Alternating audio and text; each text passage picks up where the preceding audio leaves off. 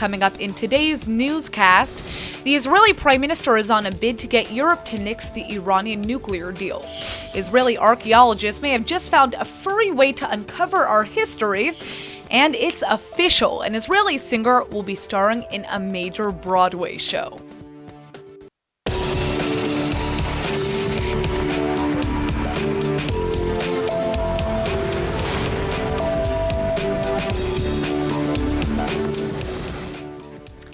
Israeli forces have just revealed the arrest of an East Jerusalem man who was allegedly planning to assassinate the Israeli Prime Minister Netanyahu and Jerusalem mayor Nir Barkat earlier this year. The 30-year-old suspect has been identified as an Arab Israeli, Mohammed Jamal Rashed, and he was apparently working on orders from a Syrian-based terror group. According to Israel's Shin Bet security service, he was arrested back in April, along with two other suspects who have not yet been publicly identified.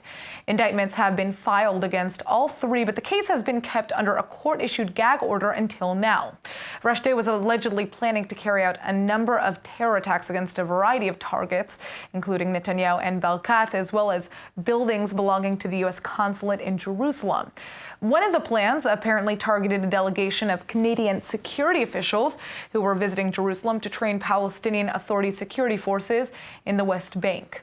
A Shin Bet spokesperson says Rashed had received orders from members of the Popular Front for the Liberation of Palestine, which fights alongside Syrian dictator Bashar Assad. In order to carry out the attacks, Rashed and his accomplices were planning to bring an additional terrorist operative from Jordan. Rashed is a resident of the Shuafat refugee camp in East Jerusalem and has previously been incarcerated for terrorist activities. Well, the Israeli Prime Minister has just officially met with German Chancellor Angela Merkel, all as part of his bid to push European countries away from the Iranian nuclear deal.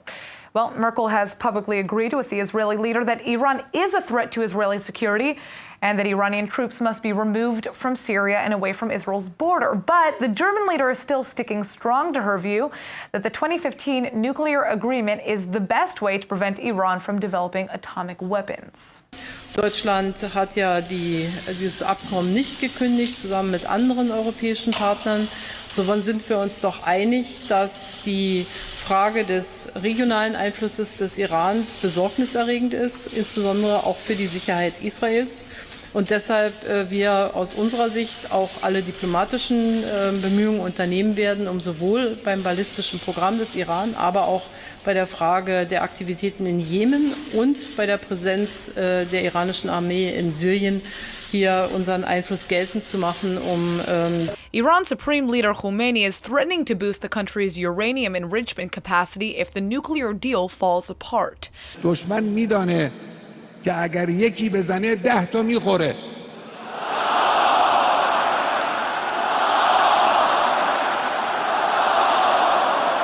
Tensions between Iran and the West are surging ever since U.S. President Donald Trump decided to withdraw the U.S. from the 2015 Iran nuclear deal with the world powers. Under the accord, the Islamic Republic has curbed its capacity to enrich uranium for nuclear fuel and has in turn gotten most of its international sanctions lifted to help rebuild the Iranian economy. But the United States and Israel believe the deal doesn't address Iran's nuclear work beyond 2025 or its role in military conflicts in Yemen and Syria. Despite these concerns, European signatories are scrambling to save the deal, which they believe is essential to stalling the creation of an Iranian nuclear weapon right now. Well, the Iranian government still vows never to accept limits on Tehran's ballistic missile program, and for Israel, this is a major concern, especially with the anti-Israel rhetoric coming from the Iranian supreme leader. Khomeini just took to Twitter yesterday, calling Israel a cancerous tumor that must be removed and eradicated from the Middle East. Israel is poking fun at the threat with a tweet back quoting Mean Girls, but German Chancellor Angela Merkel was quick to address the comment in her meeting with Netanyahu. Bezüglich meiner Frage möchte ich Folgendes sagen. Wir lehnen das, was die iranische Führung dort gesagt hat, aufs Schärfste ab. Wir stehen für das Recht auf Sicherheit für Israel selbstverständlich und haben dies auch in aller Klarheit und Härte zu jedem Zeitpunkt dem Iran gesagt. Nichtsdestotrotz glauben wir, dass uns das Ziel eint, dass Iran niemals eine nukleare Bewaffnung bekommen darf Und die Frage, in der es Meinungsverschiedenheiten gibt, geht über die Frage, wie erreichen wir das am besten? The Israeli leader has long identified Iran as Israel's greatest threat, but the question is whether or not he'll be able to convince European nations just like Germany to address the nuclear issue in the same way. Well, now get this. As Iran becomes more and more of a threat to Israel, Israeli intelligence programs are focusing their attention on the next generation of Farsi-speaking spies. In fact, one Israeli school has been tapped to provide potential recruits with a very unique program that trains high schoolers to specialize in Persian language and culture under a former state security officer. Pini Shmilovich has been working with 11th and 12th graders since 2015, and the 25 students who graduate from his program each year are natural candidates for military intelligence units focused on the Iranian issue. I thought that Iran was his and will be one of the main issues of the state of Israel, and I think that we had to raise people that know and will be expert in this field. So we are trying to teach them two things. One, how to make the research, and second, to learn and to understand Iran. In the past, many Farsi-speaking Israeli spies were Iranian Jewish immigrants to Israel. Their training came from home, providing an enormous pool of potential spies for the Israeli military. But with the influx of native speakers now diminishing, it means the Israeli government must find new methods of training specialized Iranian intelligence officers. This Petah Tikva high school program, called Iran Security and Intelligence, is one of those methods, but it's not entirely about preparing for war. אנחנו בעצם משלבים לא רק שפה כמשהו טכני, אלא אנחנו נותנים גם את החוויה של הטעמים וריחות וכל מה שקשור בעצם לאיראן כמדינה וכאזרחים וכתרבות ענפה של אלפי שנים. Up until 1979, Israel and Iran actually had positive relations. In fact, Iran was the second Muslim-majority country to recognize Israel as a sovereign state after Turkey. But after the 1979 Iranian Revolution, Iran severed all diplomatic and commercial ties with Israel and refused to recognize Israel's legitimacy as a state. Now Israel views Iran as one of its greatest threats, which is why training Israeli youth to understand the intricacies of the Iranian regime is becoming a must. The question is Iran doing the same with its own youth? According to my knowledge, some universities do teach Hebrew. Perhaps I think it's very possible that they learn, the intelligence arm of the Islamic Republic learned some of its Hebrew from its universities.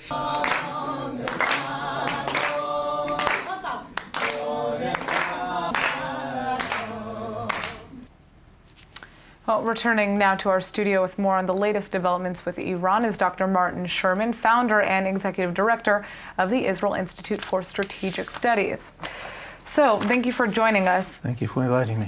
German Chancellor Merkel admitted that Iran poses a threat to Israel, as we saw before, but isn't really suggesting to anything but stay in the Iran nuclear deal. Is there no plan B here? Well, of course, the plan B would be some sort of coercive action. I think in the short run, the only way to dissuade Iran from its designs to attain nuclear weapons is a credible military threat on its infrastructure, on its bridges, on its power stations, on its roads. And in the long run, I think the only durable solution is regime change. Of course, after two ground wars in Asia, I don't think the Americans have much appetite for another war. But there's a big difference between dislodging a regime or displacing a regime and replacing a regime. I think a sustained attack on Iran could eventually bring about the fall of the regime. In terms of, the future meetings that Netanyahu is going to be having in Europe, do you think he's going to have any better luck, perhaps, with swaying the French president or any other EU leader? I suppose it depends what material he brings with him. If he brings some sort of startling revelation about Iran's nuclear ambitions, he may bring about some sort of change. I'd be very skeptical in believing that there'd be a sea change in European attitudes.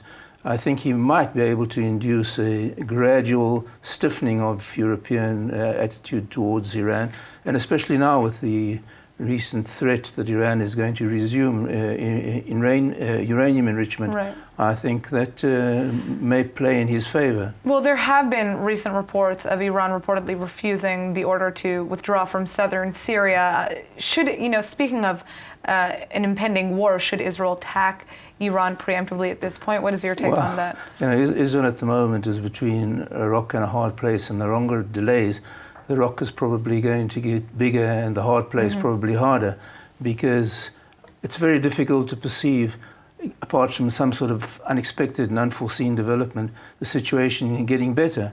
Yeah. But to preempt against Iran is a very difficult decision, because if it institutes a protracted war with Iran, as opposed to the case in Syria and Iraq, where Israel actually destroyed nuclear programs, this might be a completely different story. And if you want to prevent and paralyze Iran, so it will not be able to conduct a protracted war, then you have to think about what kind of damage you're going to have to inflict on the country. Well, that's a question. Thank you so much for joining us. Thank you. IDF troops are preparing for renewed violence along the Gaza border as Palestinians across the West Bank and Gaza mark the anniversary of the Six-Day War, or the Naksa. ILTV's Aaron Porras has the latest updates. Aaron. Thank you, Natasha. And yeah, as you started to mention, Palestinians basically across the West Bank and Gaza have already started to commemorate the Naksa with violent clashes and things like that. And even more importantly, the IDF needs to be on guard all the way through the weekend, because although today is the actual Naksa, intel suggests that demonstrations, or at least major demonstrations, will be moved to the weekend as they have been over the last 2 months. The majority of the public has obviously heard about Nakba, which is, day of catastrophe for the Palestinians, Israel's founding in 1948. Exactly. But few know much about Naksa. Can you tell us a little bit about it? It's more or less exactly the same thing, but for a different piece of land. While the Nakba is for 1948, which is Israel proper, the Naksa refers more to the displacement from Egypt and Jordan and Syria and the Golan and the West Bank, Jerusalem and Gaza, etc. Now, what has been going on the border today? I mean, obviously, we have been seeing many reports about fire kites being flown into Israel. Can you talk to us a little bit about that? Yeah, and that is actually the major concern right now, is incendiary kites. Hundreds of balloons and kites have been sent over the border into Israel, and tens of thousands of acres from agricultural lands and nature reserves have been burnt to a crisp and destroyed completely. So this is obviously, something that Israel is extremely worried about, and I understand that there's a lot being done to try to prevent the fires from spreading, right? Yeah, a lot has been done, and the fires are continuing. They're even ongoing. Even just this morning, 2 more were set just north of the Gaza Strip. But aside from preventative measures, there's also kind of been a group of the southern farmers who've said, we're going to take the Hamas to the ICC at The Hague and sue them, actually, for war crimes. But in addition to that, the Prime Minister has instructed both the tax authority and the security advisory to kind of estimate what the damages of these fires have been and withhold that from tax returns to the Palestinian Authority. Well, I guess we're just going to have to wait and see what continues to happen on the border and hope that this dies down. Now, Aaron, on a somewhat related note, you just had the chance to sit down with the Jerusalem mayor, Nir Barkat. Yes.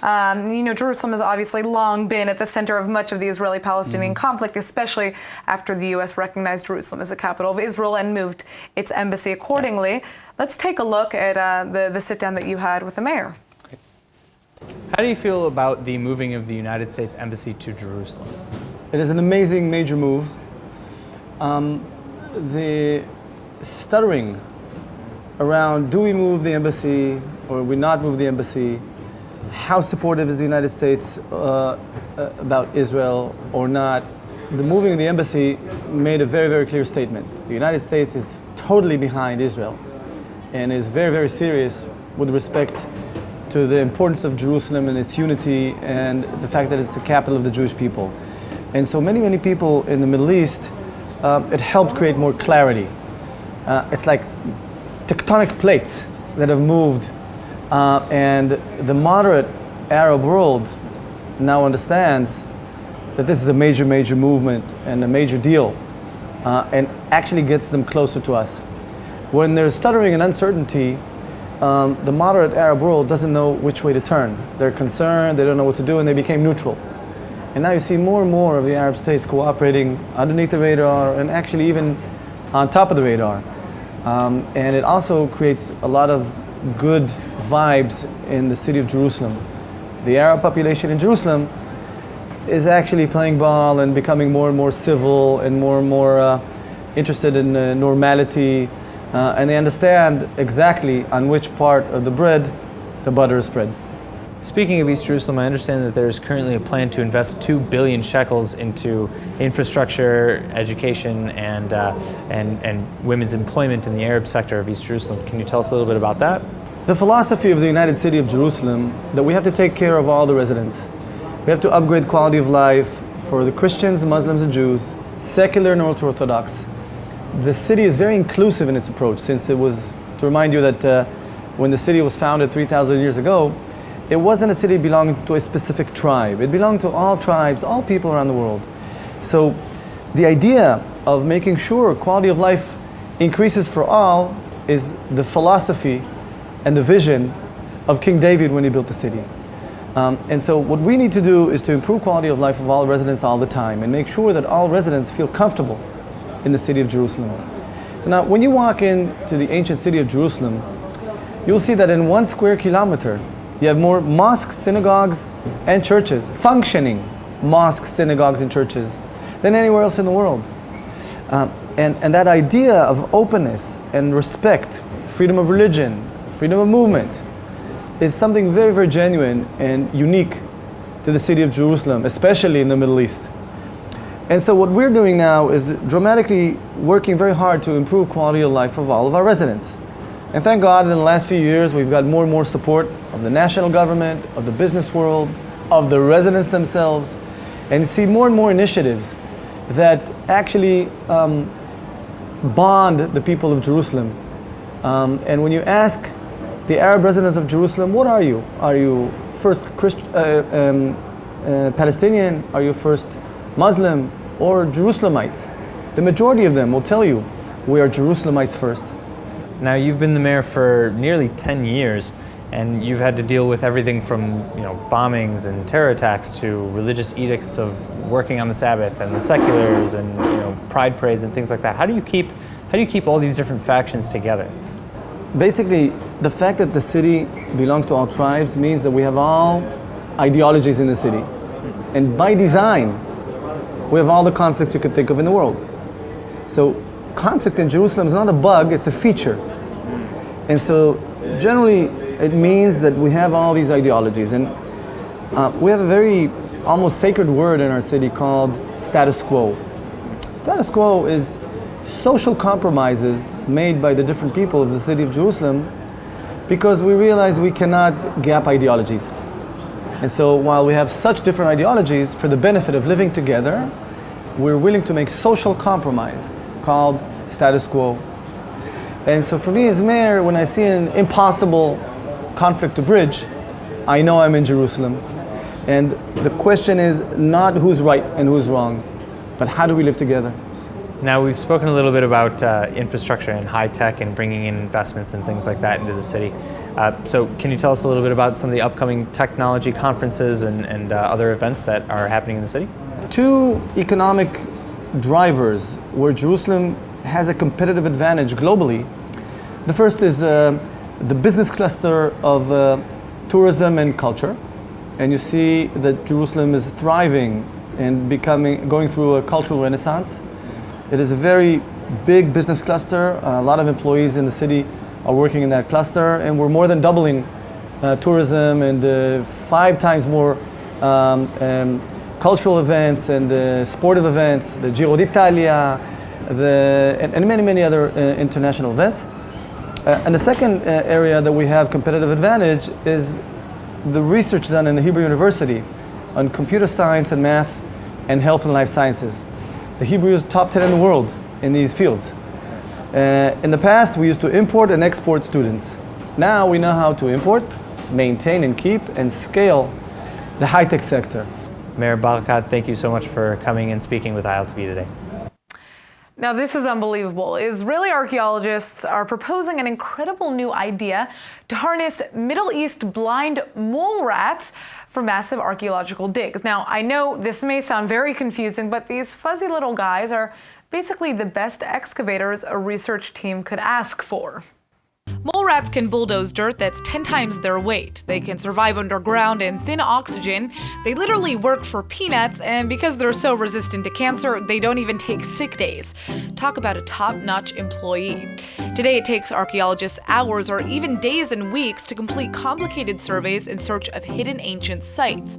But Israeli researchers say that by systematically studying dirt from molehills, they could more cheaply and efficiently get the historical data they're looking for. It's pretty simple. Mole rats often bring up ancient material from below the ground when they're digging their molehills.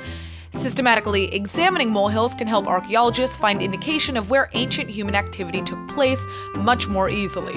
After all, it's not simple to find archaeological sites from above the ground. Middle East blind mole rats may not be the most aesthetically pleasing little mammals with sunken eyes and protruding teeth, but don't judge a book by its cover. These little creatures may hold the key to discovering the history of the world. Israeli archaeologists certainly think so. I think they're kind of cute.